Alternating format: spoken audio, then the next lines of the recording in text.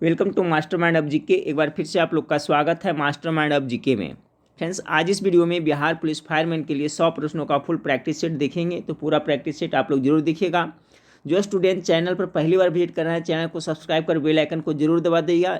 इस वीडियो के नीचे डिस्क्रिप्शन में मेरा टेलीग्राम चैनल का नाम है, उसे भी आप लोग ज्वाइन करिएगा। उसी पर स्टडी मटेरियल आपको धीरे धीरे प्रोवाइड कराया जाएगा। ठीक फ्रेंड्स, तो चलिए वीडियो को शुरू करते हैं। और देखिए फ्रेंड्स, जो नई वैकेंसी आई हुई है उत्पाद पुलिस, ठीक है, मद्य निषेध सिपाही, उसका भी सिलेबस है जो फायरमैन का सिलेबस, और दोनों का सिलेबस एक ही है। तो जो लोग आपका उत्पाद पुलिस का फॉर्म भरें वो भी वीडियो को शुरू से लास्ट तक जरूर देखिएगा। चलिए, आज का पहला सवाल आप लोग के सामने है। अंग्रेजी से है फ्रेंड्स की rearrange the parts of the sentence in correct order. A में आपका देखिए ए है इंडिपेंडेंस ऑफ राइटर्स, बी में आपका ए है डू नॉट इंक्लूड द, सी में आपका है इस्टेब्लिशमेंट प्रीप्रियोरिटीज, और डी में आपका है द करंट इंडियन। तो इसको देखिए रीअरेंज करिएगा तो इसका करेक्ट आंसर आएगा फ्रेंड्स आपका सबसे पहले आएगा द करंट इंडियन, से डी से शुरू होगा, यानी DCBA आएगा।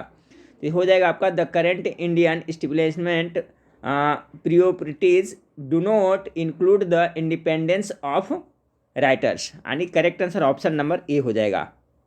चलिए सवाल नंबर 2 को देखें। सवाल नंबर 2 आपका है, निम्नलिखित में से किसकी SI यूनिट पास्कल के नाम से है। तो 2 का करेक्ट आंसर हो जाएगा ऑप्शन नंबर बी। ठीक है, किसकी SI यूनिट पास्कल के नाम से है, तो दाब हो जाएगा फ्रेंड्स इसका करेक्ट आंसर। अगला सवाल देखते हैं, 3 नंबर सवाल आपका, कि शीशा युक्त पेट्रोल में निम्नलिखित में से क्या उपस्थित होता है। 3 का करेक्ट आंसर हो जाएगा option number D, tetraethyl lead होता है। ठीक है, शीशा युक्त पेट्रोल में क्या उपस्थित होता है, तो ऑप्शन नंबर डी इसका करेक्ट आंसर हो जाएगा 3 का। चौथा नंबर सवाल आपका है, पंचायती राज को लागू करने वाला भारत का प्रथम प्रांत निम्न में से कौन था। 4 का जो करेक्ट आंसर हो जाएगा ऑप्शन नंबर बी राजस्थान। पंचायती राज को लागू करने वाला प्रथम राज्य है जो आपका राजस्थान है। देखिए, पंचायती राज का शुभ आरंभ है जो फ्रेंड्स 2 अक्टूबर 1959 ईस्वी को भारत के प्रधानमंत्री जवाहरलाल नेहरू के द्वारा राजस्थान के कौन सा नागौर राजस्थान के नागौर जिले में किया गया था। ठीक है, और एक क्वेश्चन इससे पूछा जाता है कि आपका जो 73वां संविधान संशोधन है, आपका 73वां संविधान संशोधन है जो किससे संबंधित है, तो पंचायती राज से संबंधित है, ये भी याद रखिएगा। 5 नंबर सवाल को देखें। 5 नंबर सवाल आपका है, टाइम ट्रायल किस खेल से संबंधित शब्दावली है। ये देखिए फ्रेंड्स, आपका जो विद्यासागर का फायरमैन के लिए प्रैक्टिस सेट आया है मार्केट में फ्रेंड्स, उसी से मैं करवा रहा हूँ। टाइम ट्रायल किस खेल से संबंधित शब्दावली है, तो 5 का जो करेक्ट आंसर है फ्रेंड्स ऑप्शन नंबर ए साइकिलिंग से है। ठीक है, टाइम ट्रायल किस खेल से संबंधित शब्दावली है, तो साइकिलिंग से है, तो ऑप्शन नंबर ए इसका करेक्ट आंसर हो जाएगा। और ये जो प्रैक्टिस सेट है फ्रेंड्स वो बिल्कुल 10वीं कक्षा के समकक्ष, 10वीं कक्षा का जो आपका सिलेबस दिया गया है फ्रेंड्स आपका, कि जो क्वेश्चन पूछा जाएगा 10th लेवल का, तो उसी हिसाब से आपका प्रैक्टिस सेट बनाया हुआ है। 6 नंबर सवाल को देखिए, चंगेज खां के अधीन मंगोलों ने भारत पर आक्रमण किया। चंगेज खां के अधीन मंगोलों ने भारत पर आक्रमण किया। 6 का correct answer option number C होगा, इल्तुतमिश के शासनकाल में। चंगेज खां के अधीन मंगोल ने भारत पर आक्रमण किया था, किसके शासनकाल में, तो इल्तुतमिश के शासनकाल में। 6 का करेक्ट आंसर हो जाएगा ऑप्शन नंबर आपका सी। 7 नंबर सवाल को देखिए। 7 नंबर सवाल है, निम्न नदियों में कौन अरब सागर में गिरती है। 7 नंबर सवाल का करेक्ट आंसर हो जाएगा ऑप्शन नंबर ए सिंधु नदी। ठीक है, सिंधु नदी अरब सागर में मिल जाती है, तो करेक्ट आंसर 7 का ए हो जाएगा। 8 नंबर सवाल को देखिए। 8 नंबर सवाल आपका है कि इलेक्ट्रॉन का आविष्कारक कौन है, तो किसने किया था, तो जे थॉमसन के द्वारा इलेक्ट्रॉन का आविष्कार किया गया था। ऑप्शन नंबर ए इसका करेक्ट आंसर हो जाएगा। ठीक है, जबकि प्रोटॉन का खोज आपका गोल्डस्टीन के द्वारा किया गया था फ्रेंड्स। ठीक है, याद रखिएगा। और आपका न्यूट्रॉन का खोज जेम्स चैडविक के द्वारा किया गया था, और रदरफोर्ड है जो नाभिक का खोज किया था। तो सभी को याद रखें, इलेक्ट्रॉन का खोज जे थॉमसन, प्रोटॉन का खोज गोल्डस्टीन, जेम्स चैडविक है जो न्यूट्रॉन का किया था, और नाभिक का खोज किसने किया था, रदरफोर्ड ने किया था। चलिए अगला सवाल है आपका 9 नंबर सवाल है। 9 नंबर सवाल, कांगो प्रजातांत्रिक गणतंत्र का प्रारंभिक नाम क्या था। कांगो प्रजातांत्रिक गणतंत्र का प्रारंभिक नाम क्या था। 9 नंबर सवाल का करेक्ट आंसर होगा उसका जायरे नाम था। ठीक है, चलिए 10वां नंबर सवाल को देखते हैं। 10 नंबर सवाल आपका है, देश की निम्नलिखित प्रमुख नदियों एवं उनके उद्गम स्थलों के सही जोड़े बनाइए। सही जोड़ा आपको बनाना है। तो देखिए 10 नंबर सवाल का, तो 10 नंबर सवाल का देखिए सही सतलज है ना, तो सतलज हो जाएगा जो फ्रेंड्स आपका हो जाएगा रक्षास तल से, ठीक है, सतलज का रक्षास तल यानी कि ए का हो जाएगा आपका 3। उसके बाद में हो गया आपका झेलम, तो झेलम का हो जाएगा फ्रेंड्स आपका शेषनाग, झील शेषनाग हो जाएगा झेलम का। उसके बाद में है आपका बच गया कावेरी, कावेरी हो जाएगा आपका ब्रह्मगिरी से। उसके बाद में है नर्मदा हो गया जो आपका कहाँ बच गया, तो नर्मदा हो जाएगा जो आपका अमरकंटक से हो जाएगा, ठीक है फ्रेंड्स। यानी इसका मिलान करिएगा तो यहाँ पर देखिए उसके उद्गम स्थल है, तो सतलज का उद्गम स्थल एक बार याद कर लीजिए, सतलज का उद्गम स्थल रक्षास तल है, ठीक है फ्रेंड्स। यानी एक का हो जाता है आपका 3, एक का 3 देखिए इसमें है। इसका जो करेक्ट आंसर हो जाएगा ऑप्शन नंबर ए होगा। तो रक्षास सतलज का होगा रक्षास तल उद्गम स्थल। झेलम का है जो आपका शेषनाग झील से इसका उद्गम होता है, झेलम नदी का शेषनाग झील से। कावेरी का हो जाता है कहाँ से, तो आपका कावेरी नदी का हो जाता है आपका ब्रह्मगिरी से। और बच गया नर्मदा, तो नर्मदा का उद्गम स्थल कहाँ है, अमरकंटक। यानी 10 का करेक्ट आंसर आपका ऑप्शन नंबर ए हो जाएगा, ठीक है। 10 का करेक्ट आंसर आपका ऑप्शन नंबर ए हो जाएगा। चलिए 11 नंबर सवाल को देखिए। 11 नंबर सवाल आपका है 11, मानचित्र पर सागर की लवणता को दर्शाया जाता है। 11 का correct answer option number B होगा, आइसोहेलाइन के द्वारा आपको दर्शाया जाता है। अच्छा सवाल है, मानचित्र पर सागर की लवणता को दर्शाया जाता है, तो आइसोहेलाइन के द्वारा दर्शाया जाता है। 12 नंबर सवाल को देखिए। 12 नंबर सवाल आपका है कराधान के अधिनियमों, ठीक है, कराधान के अधिनियमों का प्रवर्तक कौन था। तो 12 नंबर सवाल का जो करेक्ट आंसर हो जाएगा ऑप्शन नंबर आपका बी हो जाएगा, एडम स्मिथ, जिन्होंने वेल्थ ऑफ नेशन नामक बुक भी लिखा था। तो कराधान के अधिनियमों का प्रवर्तक कौन था, तो एडम स्मिथ। 12 का बी करेक्ट आंसर हो जाएगा। 13 नंबर सवाल को देखिए। 13 नंबर सवाल आपका है सिंधु और ब्रह्मपुत्र नदियां उदाहरण है। सिंधु और ब्रह्मपुत्र नदियां उदाहरण है, तो 13 का जो करेक्ट आंसर होगा ऑप्शन नंबर ए, पूर्ववर्ती अपवाद की ए उदाहरण है। 14 नंबर सवाल को देखिए। 14 नंबर सवाल आपका है सिख संप्रदाय के 5वें गुरु कौन थे। 14 का, तो सिख संप्रदाय के 5वें गुरु गुरु अर्जुन देव थे, इसलिए ऑप्शन नंबर आपका 14 का सी करेक्ट आंसर हो जाएगा। गुरु अर्जुन देव अमृतसर शहर में प्रसिद्ध स्वर्ण मंदिर का निर्माण करवाया था, ये भी याद रखिएगा। क्वेश्चन पूछा जाता है कि अमृत में जो स्वर्ण मंदिर है उसका निर्माण किसने करवाया था, तो गुरु अर्जुन देव ने करवाया था, ये 5वें गुरु थे। और सिख के आपका 9वें गुरु कौन थे, तेग बहादुर थे फ्रेंड्स, ये भी आप लोग याद रखिएगा। गुरु अर्जुन देव ने ही सिख धर्म की पवित्र ग्रंथ आपका गुरु ग्रंथ साहिब, जिसे आदि ग्रंथ कहते हैं, की रचना की थी, ठीक है। तो देखिए बहुत चीज़ में आपको याद रखना है क्या क्या। एक तो सिख के संप्रदाय के 5वें गुरु कौन थे, तो गुरु अर्जुन देव थे, जिन्होंने अमृतसर के स्वर्ण मंदिर का निर्माण करवाया था।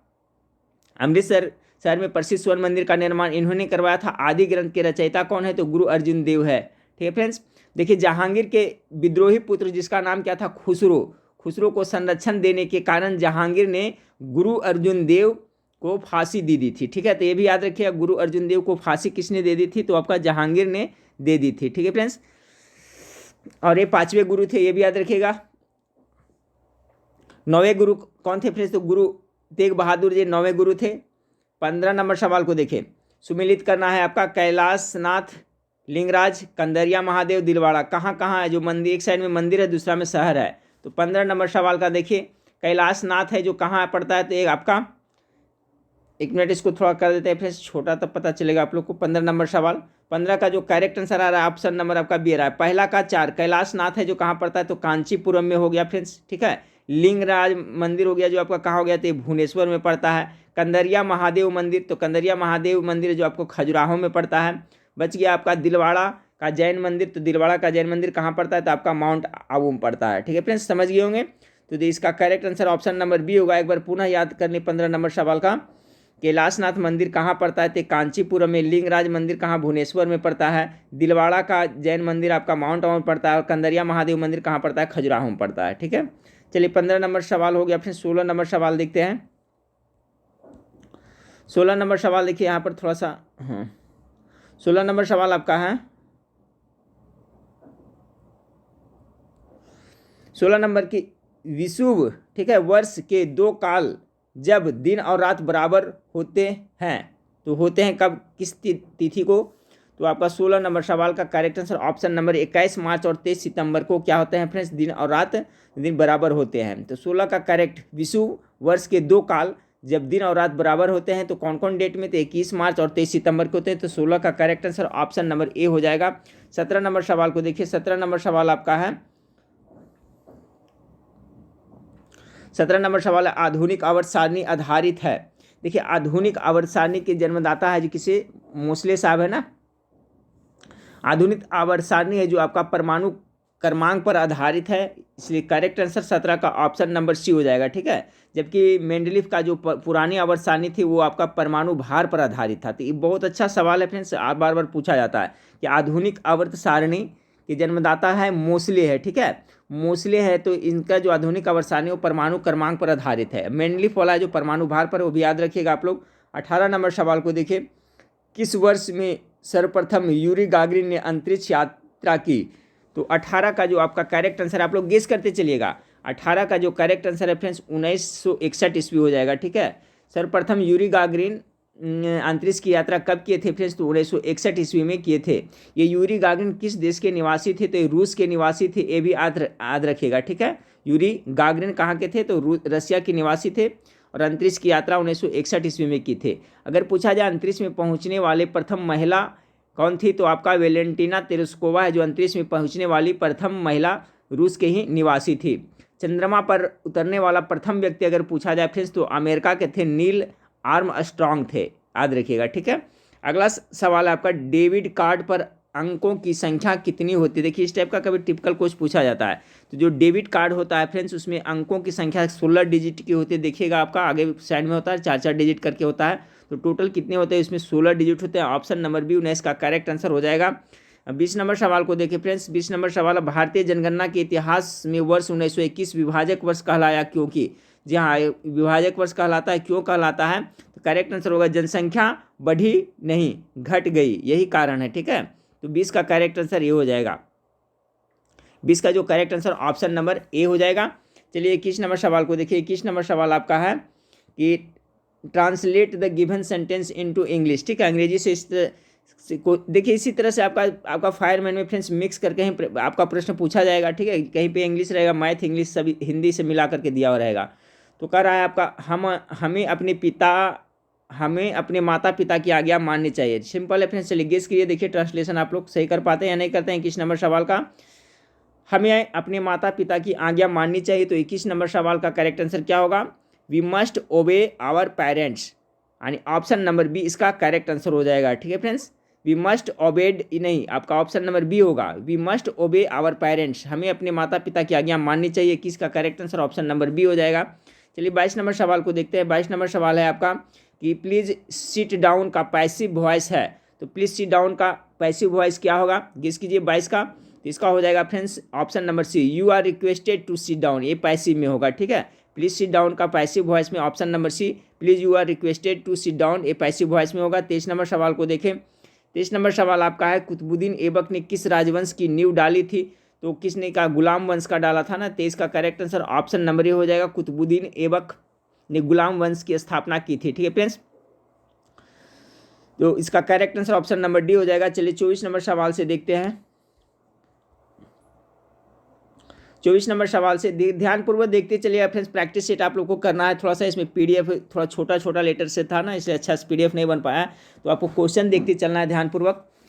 24 नंबर सवाल आपका है कि वर्ल्ड वाइल्ड लाइफ फंड, ठीक है, WWF का प्रतीक कौन जानवर है? गेस करते चलिए। 24 का करेक्ट आंसर होगा ज्वाइंट पांडा, इसका करेक्ट आंसर हो जाएगा।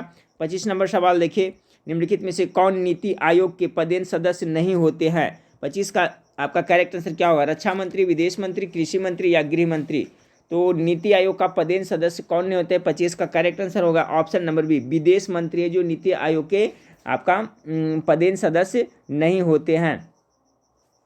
इसका correct answer option number B हो जाएगा। देखिए नीति आयोग भारत सरकार द्वारा कब, इसका जनवरी, याद रखिएगा जनवरी 2015, जनवरी 2015 में एक नई संस्था की गठन किया गया फ्रेंड्स। और इसका जो नीति आयोग है इसका जो अध्यक्ष होते हैं प्रधानमंत्री होते हैं। तो जनवरी 2015 में नीति आयोग का गठन किया गया था। ये भी आप लोग याद रखिएगा। और ये नीति आयोग है जो क्या है फ्रेंड्स, तो नीति आयोग एक गैर संवैधानिक निकाय है। पूछा जाता है कि नीति आयोग है जो कैसा निकाय है, तो यह एक गैर संवैधानिक निकाय है। नीति आयोग के अध्यक्ष जो होते हैं प्रधानमंत्री होते हैं, और 2015 में नीति आयोग का गठन किया गया। क्वेश्चन था आपका, निम्नलिखित में से नीति आयोग के पदेन सदस्य नहीं होते तो विदेश मंत्री इसके पदेन सदस्य नहीं होते हैं। 26 नंबर सवाल को देखिए, पुरुष में मरकरी के विषाक्तन से कौन सा रोग होता है। मरकन यानी पारा, तो पारा जब बढ़ जाता है तो मिनी माता रोग होता है ना। 26 का correct answer option number C हो जाएगा। पारा विषाक्तन से क्या होता है, तो मिनी माता नामक रोग होता है। 26 का करेक्ट आंसर सी हो जाएगा। 27 नंबर सवाल को देखिए फ्रेंड्स, 27 नंबर सवाल, बंद अर्थव्यवस्था होती है। तो बंद अर्थव्यवस्था का मतलब होता है जो अन्य देशों के साथ व्यापार नहीं करते उसे बंद अर्थव्यवस्था कहा जाता है। ऑप्शन नंबर 20 का करेक्ट आंसर हो जाएगा। 28 नंबर सवाल देखिए, 28 नंबर सवाल आपका है, प्रोड्यूसर गैस एक मिश्रण है। तो देखिए प्रोड्यूसर गैस है जो आपका किसका मिश्रण है, तो ये आपका कार्बन मोनोऑक्साइड तथा नाइट्रोजन गैस का ये मिश्रण होता है। ऑप्शन नंबर डी इसका करेक्ट आंसर हो जाएगा। प्रोड्यूसर गैस में कार्बन मोनोऑक्साइड और नाइट्रोजन गैस का मिश्रण है। ऑप्शन नंबर डी इसका करेक्ट आंसर होगा। 29 नंबर सवाल को देखिए, प्रकृति में पानी का सबसे शुद्ध रूप क्या है। चलिए देखिए, अच्छा क्वेश्चन है फ्रेंड्स। 29 का सबसे शुद्ध रूप माना जाता है जो वर्षा का जल को माना जाता है प्राकृतिक में, इसलिए ऑप्शन नंबर ए इसका करेक्ट आंसर हो जाएगा। प्राकृतिक में पानी का सबसे शुद्ध रूप क्या है, तो वर्षा का जल। 29 का correct answer option number A हो जाएगा। 30 नंबर सवाल देखिए, 30 नंबर सवाल आपका है, भारत रत्न से सम्मानित भारत की प्रथम महिला कौन थी। प्रथम महिला गेस करें 30 नंबर सवाल का, तो इसका हो जाएगा फ्रेंड्स आपका, सबसे पहले इंदिरा गांधी को भारत रत्न मिला था ना महिला में, तो ऑप्शन नंबर सी इसका करेक्ट आंसर हो जाएगा, इंदिरा गांधी। 30 का सी हो जाएगा। 31 नंबर सवाल को देखिए, 31 नंबर सवाल आपका है, choose the antonym of the word. इसका मैंने आपको उल्टा शब्द चुनना है, ठीक है फ्रेंड्स। तो इसका है स्ट्राटेजियम। स्ट्राटेजियम का एंटोनिम क्या होगा। 31 नंबर सवाल, तो देखिए स्ट्राटेजियम मतलब होता है चाल होता है फ्रेंड्स, ठीक है। इसका मतलब क्या होता है, चाल होता है। तो इसका अपोजिट करिएगा तो इसका जो करेक्ट आंसर हो जाएगा ऑप्शन नंबर ए, ठीक है, फ्रैंकनेस हो जाएगा, ठीक है। इसका फ्रैंकनेस एंटोनिम हो जाएगा फ्रैंकनेस, यानी कि इसका मतलब होता है फ्रेंड्स आपका जो स्टैंडर्ड मतलब होता है चाल होता है। एंटोनिम इसका हो जाएगा आपका फ्रैंकनेस हो जाएगा, यानी कि स्पष्टवाद होता है। इसका मतलब एक तरह से कह सकते हैं स्ट्राटेजियम मतलब चालबाज कह सकते हैं, ठीक है, यानी कि जो धूर्त टाइप का होता है फ्रेंड्स। तो इसका जो हो जाएगा आपका फ्रैंकनेस हो जाएगा। ऑप्शन नंबर ए 31 का करेक्ट आंसर हो जाएगा। अगला सवाल को देखिए, 32 नंबर सवाल आपका है, which of the following best express the same sentence in indirect speech. Indirect speech में इसको कह रहा है, तो देखिए 32 नंबर सवाल कर रहा है आपका, the tutor said the sunrise in the east. The tutor said the sunrise in the east, ठीक है। तो इसका आप कह रहा है आपका best express in the same indirect speech में क्या होगा, तो इसका 32 का जो करेक्ट आंसर होगा, द ट्यूटर से द सनराइज इन द, ये नहीं होगा friends. The tutor said that the sun rose in the east, ये भी नहीं होगा, अभी तक तो नहीं। आप चलिए सी में देखिए क्या है, सी में हो जाएगा आपका, सी में दिया है the tutor said that the sun has been rising in the, the tutor said that the sun rises in the east. Option number D इसका करेक्ट आंसर हो जाएगा, ठीक है फ्रेंड्स। उसका है जो आपका इनडायरेक्ट स्पीच में करेक्ट आंसर आपका ऑप्शन नंबर डी होगा, the tutor said that the sun rises in the east, ठीक है। 33 नंबर सवाल को देखिए, 33 नंबर सवाल आपका है, भारतीय राष्ट्रीय ध्वज को कब अपनाया गया। ये देखिए पहले भी प्रैक्टिस सेट में मैं करवाया हूँ फ्रेंड्स, तो 22 जुलाई 1947 ईस्वी को भारतीय ध्वज को अपनाया गया, इसलिए ऑप्शन नंबर डी इसका करेक्ट आंसर है। इंपॉर्टेंट क्वेश्चन है फ्रेंड्स, याद रखिएगा। तिरंगा का पहला प्रारूप मैडम भिखामाजी कामा भारतीय क्रांतिकारियों की जिन्हें जननी कहा जाता है, ठीक है फ्रेंड्स, द्वारा प्रस्तुत किया गया था, ये भी आप लोग याद रखिएगा। तो भारतीय राष्ट्रीय ध्वज को कब अपनाया गया, तो 22 जुलाई 1947 ईस्वी को अपनाया गया। 34 नंबर सवाल देखिए, सिंधु नदी का उद्गम होता है, सिंधु नदी का उद्गम होता है कहाँ से होता है। 34 का correct answer option number D, Kailash पर्वतमाला से सिंधु नदी का उद्गम होता है। 35 नंबर सवाल को देखिए, OTE से यानी कि ओटेक का पूरा नाम क्या होता है, तो 35 का जो करेक्ट हो जाएगा फ्रेंड्स आपका ओशियन थर्मल एनर्जी कन्वर्जन, ठीक है, कन्वर्सेशन, यानी को आपका 35 का जो करेक्ट आंसर हो जाएगा option number D, ocean thermal energy conversion होता है, ठीक है फ्रेंड्स।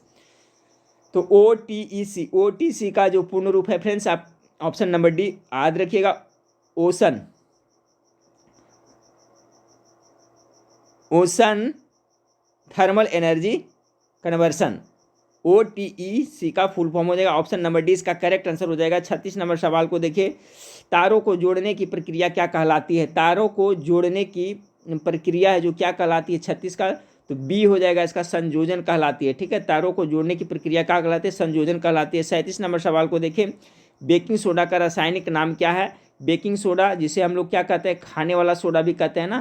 तो 37 का correct answer option number B होगा, सोडियम बाइकार्बोनेट इसे हो जाएगा। Option number B. 38 नंबर सवाल को देखिए, 38 नंबर सवाल है, निम्न में से कौन सी प्राचीन किताब वाणभट्ट द्वारा लिखी गई है? तो वाणभट्ट जो किसने लिखा, क्या उन्होंने लिखा है अपने? एक वाणभट्ट है ना, तो हर्षचरित का उन्होंने लिखा है फ्रेंड्स। और कौन कौन लिखा है? तो 38 का करेक्ट आंसर ऑप्शन है कादम्बरी और आपका हर्षचरित। ठीक है फ्रेंड्स, दोनों उन्हीं ने लिखा है। तो वाणभट्ट, इसका कादम्बरी का लेखक कौन है? तो वाणभट्ट हो जाएगा 38 का करेक्ट आंसर। ठीक है, और देखिए इसमें फ्रेंड्स आपका जैसे कि आपका एक मृच्छकंटिकम है, तो मृच्छकटिकम के इसका शूद्रक हो जाएगा। कादम्बरी का तो वाणभट्ट करेक्ट आंसर हो गया। फिर मृच्छकटिकम का शूद्रक हो गया फ्रेंड्स। मेघदूत के लेखक कौन है? तो इसका याद रखिए कालिदास हो जाएगा। गीत गोविंद किसका लिखा है? तो जयदेव लिखा है। ठीक है फ्रेंड्स, जयदेव गीत गोविंद तो क्या हो जाएगा? जयदेव के द्वारा लिखा गया है, याद रखिएगा। फिर आपका, और मैंने जो बताया फ्रेंड्स आपका ये कादम्बरी और हर्षचरित के लेखक कौन है? तो आपका वाणभट्ट है। तो 38 का करेक्ट आंसर ऑप्शन नंबर ए है। साथ साथ में आप ये भी इंपॉर्टेंट है जो मैंने बताया, ये भी याद रखना है आपको। मृच्छकटिकम का शूद्रक लेखक है, गीत गोविंद के जयदेव लिखा है, मेघदूत कालिदास लिखा है, और कादम्बरी तो भी मैंने बताया है। चलिए 39 नंबर सवाल को देखिए फ्रेंड्स। 39 नंबर सवाल आपका, निम्न में से ओडिशा की एक पारंपरिक चित्रकला है। ओडिशा की पारंपरिक चित्रकला कौन है? 39 का करेक्ट आंसर हो जाएगा ऑप्शन नंबर बी, पट्टा चित्र। पट्टा चित्र है जो ओडिशा का पारंपरिक चित्रकला है। 40 नंबर सवाल को देखिए फ्रेंड्स। 40 नंबर सवाल, कॉपर्स ल्यूटियम क्या संस्रावित करता है? तो कॉपर्स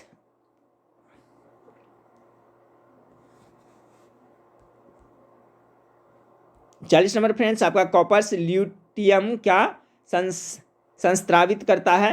तो 40 का जो आपका करेक्ट आंसर हो जाएगा ऑप्शन नंबर ए। ठीक है, प्रोजेस्टेरॉन स्रावित करता है। ऑप्शन नंबर ए इसका करेक्ट आंसर हो जाएगा। ठीक है, देखिए फ्रेंड्स आपका जो कॉपर्स ल्यूटिनियम होता है, कॉपर्स ल्यूटिनियम होता है जो आपका फिर महिलाओं में जो गर्भावस्था को बनाए रखने के लिए आवश्यक होता है, तो ये प्रोजेस्टेरॉन नामक हार्मोन को स्रावित करता है। ठीक है, प्रोजेस्टेरॉन नहीं तो फिर मिसकैरेज होने का डर खतरा बना रहता है। तो इस ऑप्शन नंबर ए 40 का एक करेक्ट आंसर हो जाएगा।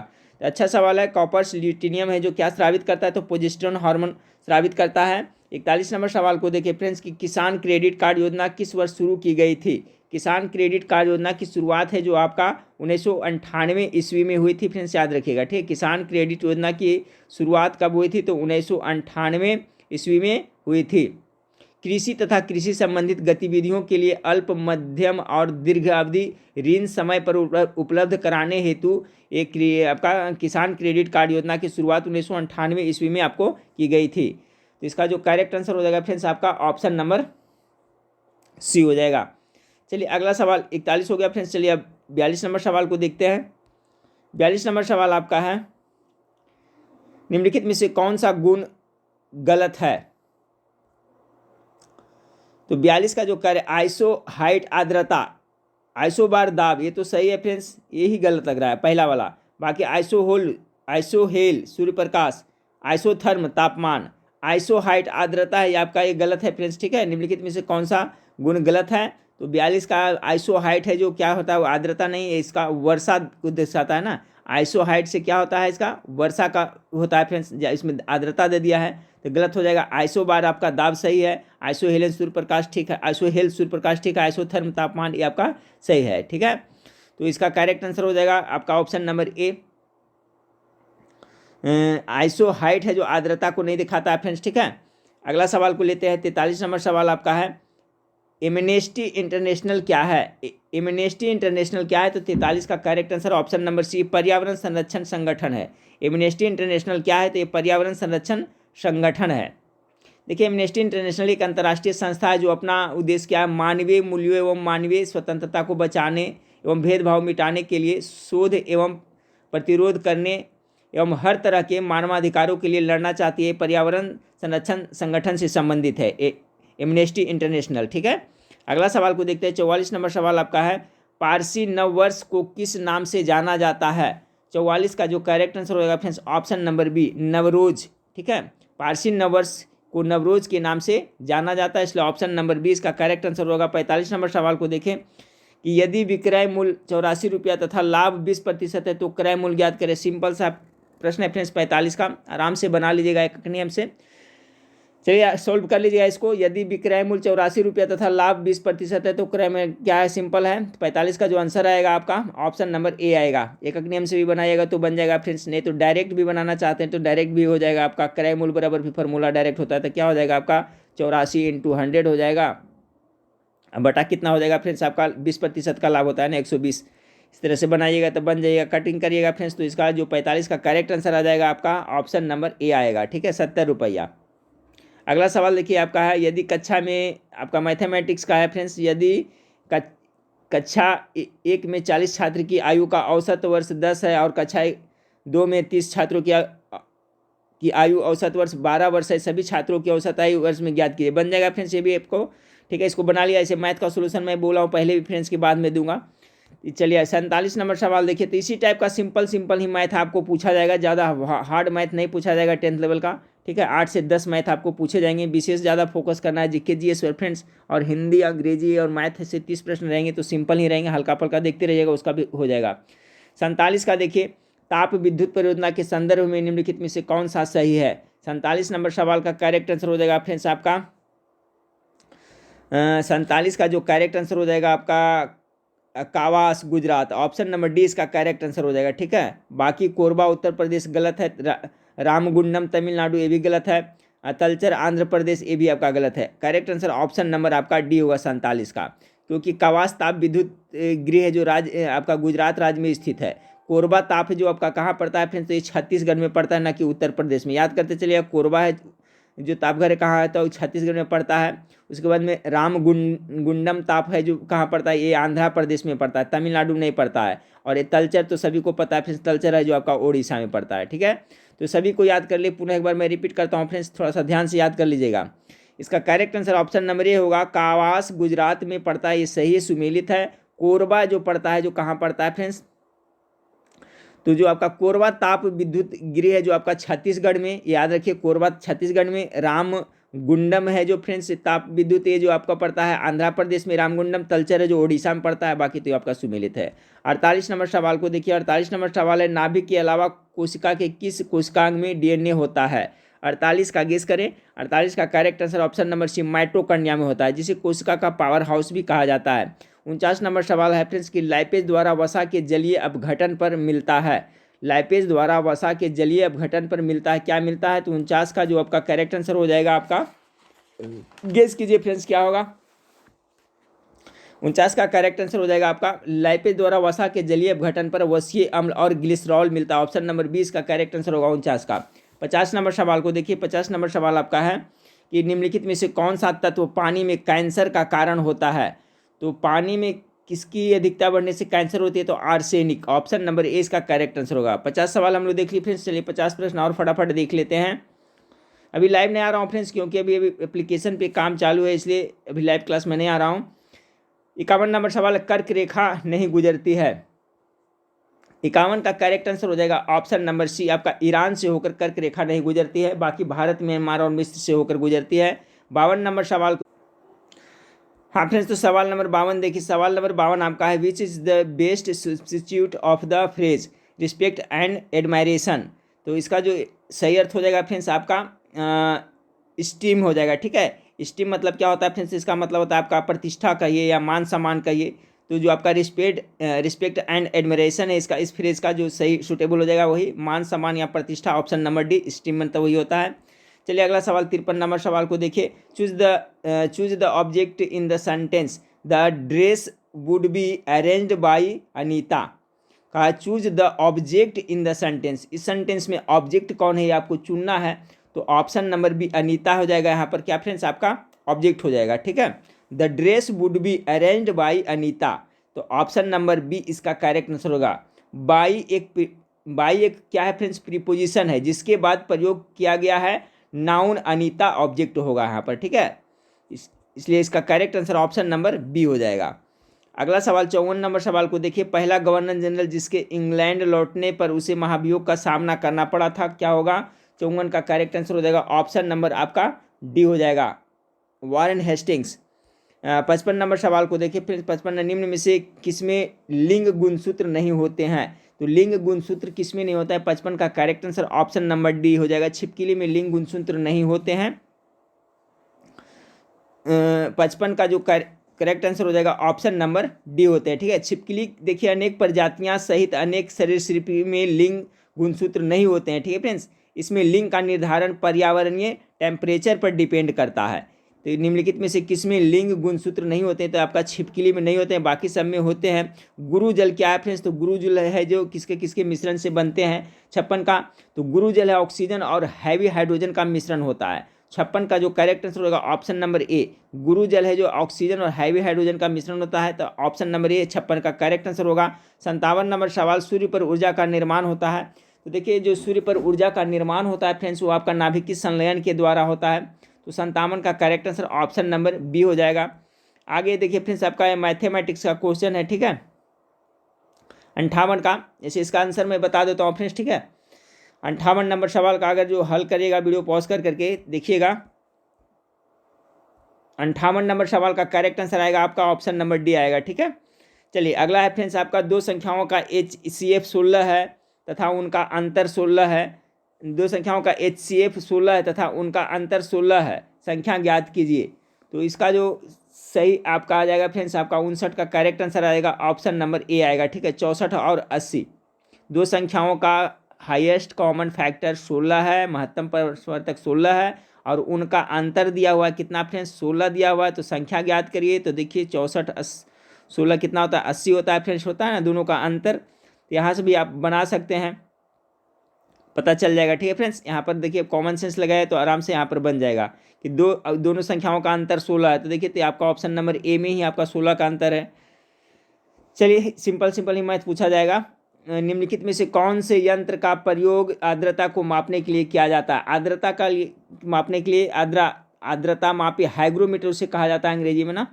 तो 60 का correct answer option number B हो जाएगा, ठीक है। आर्द्रता मापी जिसे अंग्रेजी में क्या कहते हैं? हाइग्रोमीटर कहते हैं। यंत्र का प्रयोग आर्द्रता मापने के लिए किया जाता है, तो option number B correct answer होगा। 61 नंबर सवाल देखें, 61 नंबर सवाल आपका क्या है फ्रेंड्स कि उत्तर कोरिया तथा दक्षिण कोरिया के बीच सीमा रेखा को क्या कहते हैं? ठीक है, उत्तर कोरिया और दक्षिण कोरिया के बीच सीमा रेखा को है जो हम लोग क्या कहते हैं? इसका जो करेक्ट आंसर हो जाएगा फ्रेंड्स, चलिए गेस करिए। ऑप्शन ए में है रेड क्लिफ रेखा, बी में 49वीं समानांतर रेखा, सी में है जो 38वीं समानांतर रेखा और डी में है 17वीं सीमांत रेखा। तो सवाल नंबर 61 हो जाएगा 38वीं समानांतर रेखा है जो उत्तर कोरिया तथा दक्षिण कोरिया के बीच की सीमा रेखा है, यानी ऑप्शन नंबर सी इसका करेक्ट आंसर हो जाएगा। 49वां है जो किसका है फ्रेंड्स, चलिए याद कर लीजिए। 49वां समानांतर रेखा है, सभी देख लीजिए। रेड क्लिफ रेखा तो भारत पाकिस्तान के बारे में आपको पता ही होगा फ्रेंड्स। 38वां तो भी उत्तर कोरिया दक्षिण कोरिया बताया, और जो 49वां है आपका है वो USA और कनाडा के बीच में, ठीक है। USA और कहाँ? तो आपका कनाडा के है जो 49वां है। 38वां भी उत्तर कोरिया दक्षिण कोरिया बता दें। और 17वीं समांतर रेखा होता है उत्तरी वियतनाम और दक्षिणी वियतनाम का होता है, ठीक है। ये 17वीं सीमांत रेखा।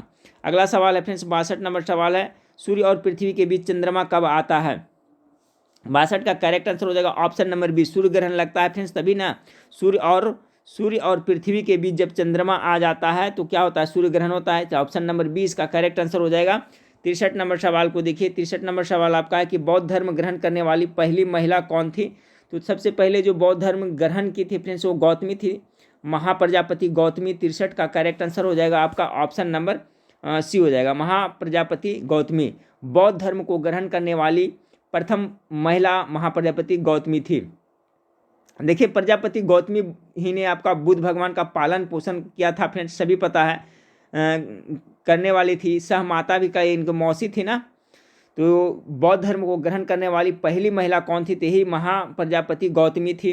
64 नंबर सवाल को देखिए कि नीचे 4 वाक्यों में 3 त्रुटियां हैं, त्रुटि रहित वाक्य को छांटकर उसे चिन्हित करें, ठीक है। देखिए हिंदी से मेरे ख्याल से क्वेश्चन है, तो चलिए इसमें कर रहा है 64 नंबर सवाल में क्या कर रहा है कि 4 नीचे 4 वाक्यों में 3 त्रुटिपूर्ण है, त्रुटि रहित वाक्य को छाटकर आपको चुनिए, एक सही है, बाकी 3 है जो इसमें गलत है 64 नंबर सवाल में।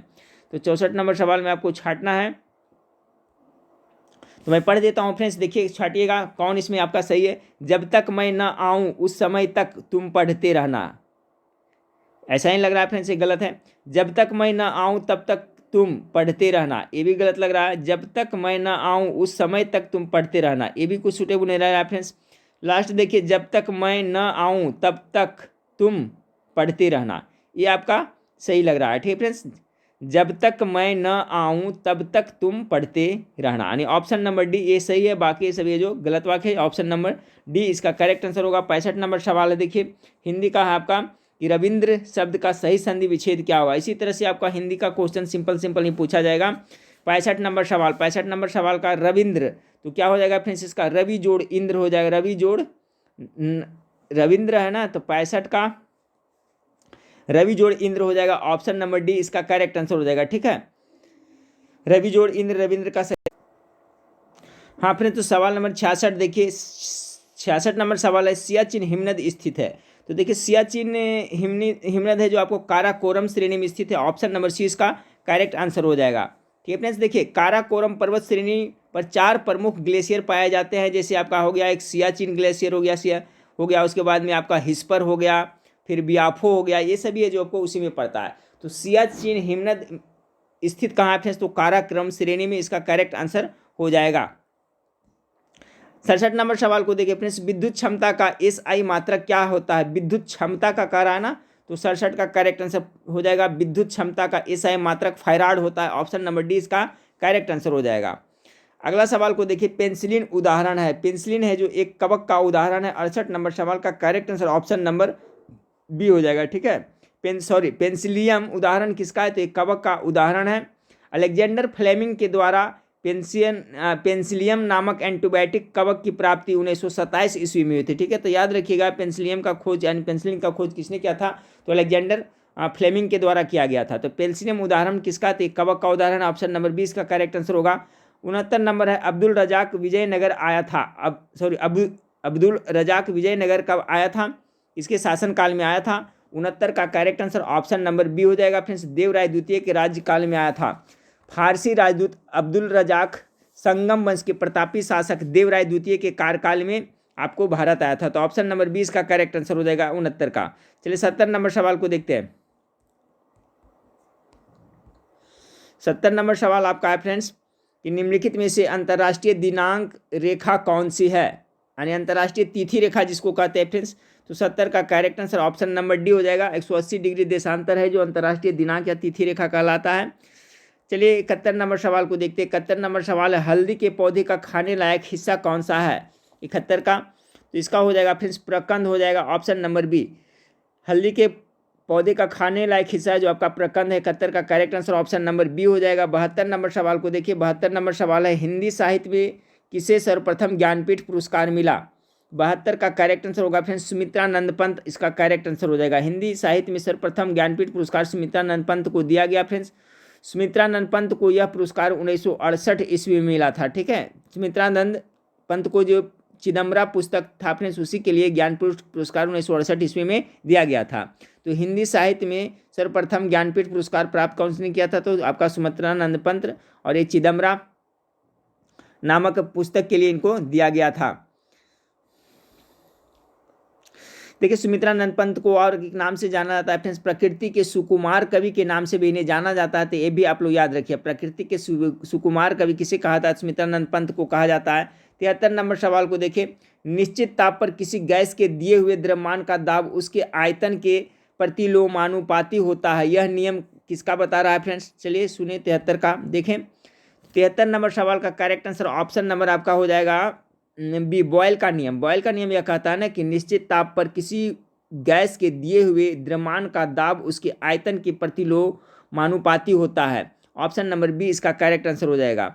74 नंबर सवाल को देखिए friends. Fill in the blanks with appropriate words. Each day the price of gold will won the market. तो यहाँ पर क्या होगा, 74 नंबर सवाल का दाम में कमी वृद्धि के लिए क्या होता है, आपका फ्लैक्चुएट हो जाएगा, यानी ऑप्शन नंबर 74 का एक करेक्ट आंसर हो जाएगा। यानी each day the price of gold, यानी कि प्रत्येक दिन है जो सोने का दाम है में उतार चढ़ाव होते रहता है। तो यहाँ पर ऑप्शन नंबर ए एक करेक्ट आंसर हो जाएगा फ्रेंड्स। फ्लैक्चुएट मतलब क्या होता है, दामों में कमी और वृद्धि के लिए होता है। तो इसका करेक्ट आंसर ऑप्शन नंबर ए 74 का हो जाएगा। 75 नंबर सवाल को देखिए फ्रेंड्स, कह रहा है आपका कि खाली स्थान है, education needs to include reading writing maths and variety of the other subjects. 75 का correct answer option number B हो जाएगा। ठीक है, फंडामेंटल हो जाएगा। A fundamental education needs to include reading writing maths and variety of other subjects, यानी 75 का correct answer हो जाएगा ऑप्शन नंबर बी। 76 नंबर सवाल देखिए फ्रेंड्स, 76 नंबर सवाल आपका है, 76 नंबर सवाल आपका है, भारतीय संविधान के किस अनुच्छेद के तहत हिंदी को राजभाषा घोषित किया गया है? तो आपका अनुच्छेद 343, इसका करेक्ट आंसर होगा 76 का ऑप्शन नंबर बी हो जाएगा। 77 नंबर सवाल को देखिए फ्रेंड्स, आपका ये मैथमेटिक्स का है। ठीक है, तो इसका सोल्यूशन बाद में करेंगे फ्रेंड्स, यदि ये भी आपका मैथमेटिक्स का है। ठीक है, 78 तक। चलिए आगे देखते हैं। 79 से देखते हैं फ्रेंड्स। 79 नंबर क्वेश्चन आपका है कि भारतीय सिविल सेवा ICS में चुने गए पहले भारतीय का नाम क्या है? तो 79 का मेरे ख्याल से आप लोग को पता होगा फ्रेंड्स। गेस किए पहले बार कौन चुने गए थे? सुरेंद्र नाथ बनर्जी, सरोजिनी नायडू, सत्येंद्र नाथ टैगोर या CR दास। 79 का, तो 79 का जो करेक्ट आंसर हो जाएगा ऑप्शन नंबर सी हो जाएगा, सत्येंद्र नाथ टैगोर हो जाएगा। भारतीय सिविल सेवा में चुने गए प्रथम भारतीय कौन थे? तो आपका सत्येंद्र नाथ टैगोर, यानी 79 का करेक्ट आंसर आपका ऑप्शन नंबर सी हो जाएगा। 80 नंबर सवाल को देखिए। 80 नंबर सवाल आपका क्या कह रहा है? आपने तो सवाल नंबर 80 देखिए। सवाल नंबर 80 आपका है, सुमिलित करना है। अखिल भारतीय हरिजन संघ है, अखिल भारतीय दलित वर्ग संघ है, सत्यशोधक समाज है, आत्म सम्मान आंदोलन है, इसके संस्थापक कौन थे? ठीक है फ्रेंड्स, तो यहाँ से मैं बता देता हूँ। देखिए, अखिल भारतीय हरिजन संघ, अखिल भारतीय हरिजन संघ के संस्थापक कौन थे फ्रेंड्स? तो इसका हो जाएगा आपका महात्मा गांधी हो जाएगा। ठीक है, महात्मा गांधी हो जाएगा। अखिल भारतीय हरिजन संघ का क्या होने जाएंगे? तो महात्मा गांधी, यानी एक का हो जाएगा जो आपका 2 हो जाएगा। अखिल भारतीय दलित वर्ग संघ, तो अखिल भारतीय दलित वर्ग संघ के कौन होंगे? तो डॉक्टर भीमराव अम्बेडकर होंगे, यानी कि एक का तो हो गया था आपका 2, बच गया बी का, तो बी का हो जाएगा आपका क्या हो जाएगा? 4 हो जाएगा। यानी अखिल भारतीय दलित संघ का वर्ग संघ का तो ये हो जाएगा। सत्यशोधक समाज का ज्योतिबा फूले हो जाएगा। बच गया आत्म सम्मान आंदोलन का एक कौन चलाया था फ्रेंड्स? तो ये आपका हो जाएगा आपका रामास्वामी अय्यर। ठीक है फ्रेंड्स, एक बार पुनः याद कर लें। अखिल भारतीय हरिजन संघ के संस्थापक कौन थे? महात्मा गांधी। ठीक है, अखिल भारतीय दलित वर्ग संघ किसने? तो भीमराव अम्बेडकर, डॉक्टर भीमराव अम्बेडकर।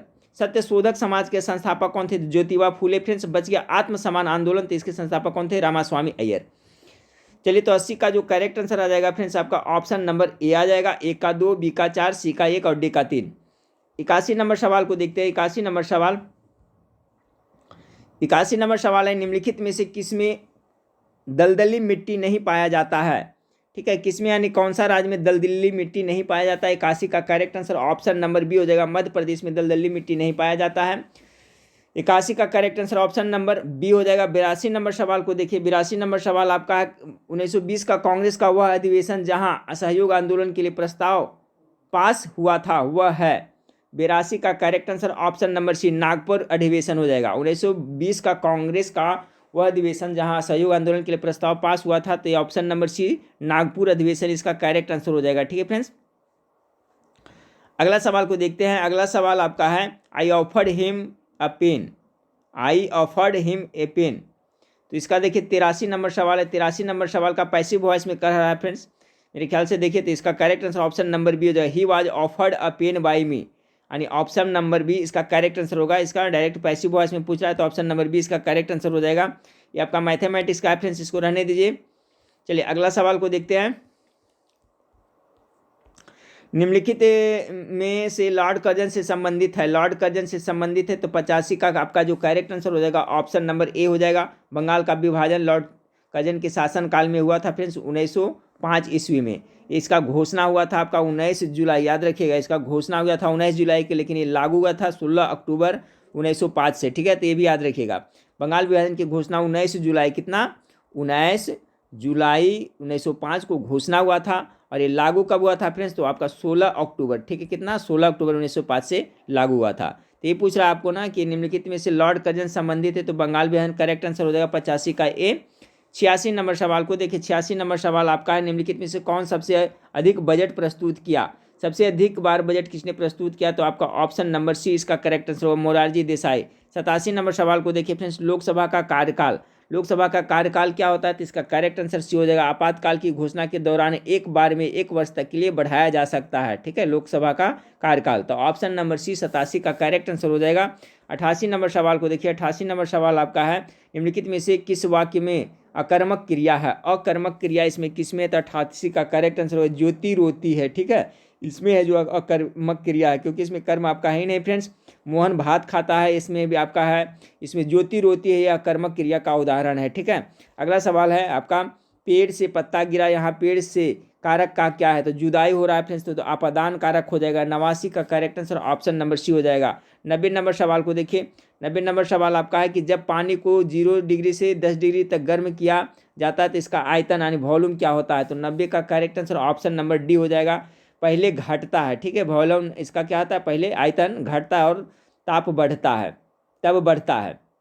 तो 90 का करेक्ट आंसर डी होगा कि जब पानी को 0 डिग्री से 10 डिग्री सेल्सियस तक गर्म किया जाएगा तो इसका आयतन पहले घटेगा और उसके बाद में बढ़ेगा। 91 नंबर सवाल को देखिए, 91 नंबर सवाल आपका, प्रकाश तरंगों के वायु से कांच में जाने में जो चर प्रभावित होते हैं वे क्या है।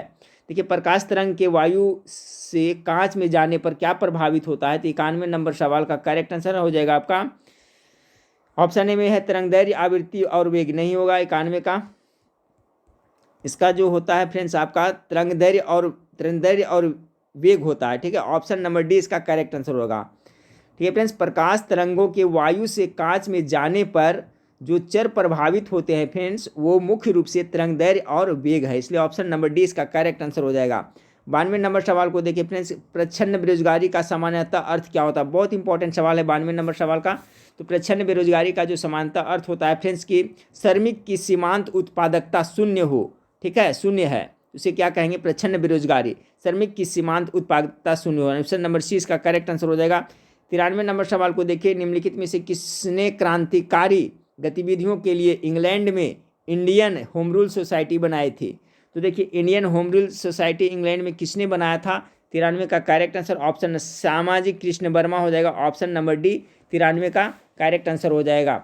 94 नंबर सवाल को देखिए, 94 नंबर सवाल आपका है, वर्ष 2011 के जनगणना के अनुसार भारत का जनसंख्या घनत्व कितना है, 94 का जो करेक्ट आंसर हो जाएगा फ्रेंड्स ऑप्शन नंबर आपका बी 382 किलोमीटर, 382 प्रति किलोमीटर हो जाएगा इसका करेक्ट आंसर, ठीक है, प्रति व्यक्ति वर्ग किलोमीटर, यानी 382 व्यक्ति प्रति वर्ग किलोमीटर हो जाएगा फ्रेंड्स, तो ऑप्शन नंबर बी इसका करेक्ट आंसर होगा 94 का। 95 नंबर सवाल को देखिए, प्रोटीन की कमी से निम्न से कौन सा रोग होता है, तो देखिए क्वासिक्योर नामक जो बीमारी होता है फ्रेंड्स वो आपका प्रोटीन की कमी से होता है, इसका correct answer option number A हो जाएगा। ये बहुत अच्छा सवाल है फ्रेंड्स, बार बार पूछा जाता है प्रोटीन की कमी से, तो इसका क्वासिक्योर बीमारी प्रोटीन की कमी से होता है। 96 हाँ फ्रेंड्स, तो सवाल नंबर 96 देखिए, 96 नंबर सवाल है, सूर्योदय का देश के नाम से कौन जाना जाता है, ऑप्शन ए में नॉर्वे, बी में जापान, सी में ब्रिटेन, डी में फिनलैंड। चलिए फ्रेंड्स, इसका जवाब आप लोग हमें कमेंट करके बताइएगा, ठीक है, सूर्योदय का देश किसे कहा जाता है। तो 96 नंबर सवाल का राइट आंसर क्या होगा, आप लोग हमें कमेंट करके बताइएगा। 97 नंबर है, शिवाजी का अंतिम सैन्य अभियान कौन सा था, इसका जो अंतिम सैन्य अभियान था कर्नाटक का अभियान, ऑप्शन नंबर सी इसका करेक्ट आंसर हो जाएगा। अगला है फ्रेंड्स आपका कि निम्न में से किसमें विटामिन सी की मात्रा सर्वाधिक होती है, तो खट्टे फलों में सबसे ज़्यादा होती है, ऑप्शन नंबर डी इसका करेक्ट आंसर हो जाएगा। 99 नंबर फ्रेंड्स, स्वर्ण कमल पुरस्कार का संबंध किससे है, तो 99 नंबर सवाल का करेक्ट आंसर हो जाएगा आपका ऑप्शन नंबर बी, फिल्म क्षेत्र से है स्वर्ण कमल का पुरस्कार का संबंध। 100 नंबर सवाल है, समय से कौन सा विशेषण बनेगा, तो समय से क्या होगा, सामयिक होगा, समय से विशेषण बनाइएगा तो शाब्दिक क्या बनेगा, सामयिक हो जाएगा, ऑप्शन नंबर ए इसका करेक्ट आंसर होगा। ठीक है फ्रेंड्स, तो चलिए नेक्स्ट वीडियो में फिर मिलते हैं, देखने के लिए थैंक यू, धन्यवाद।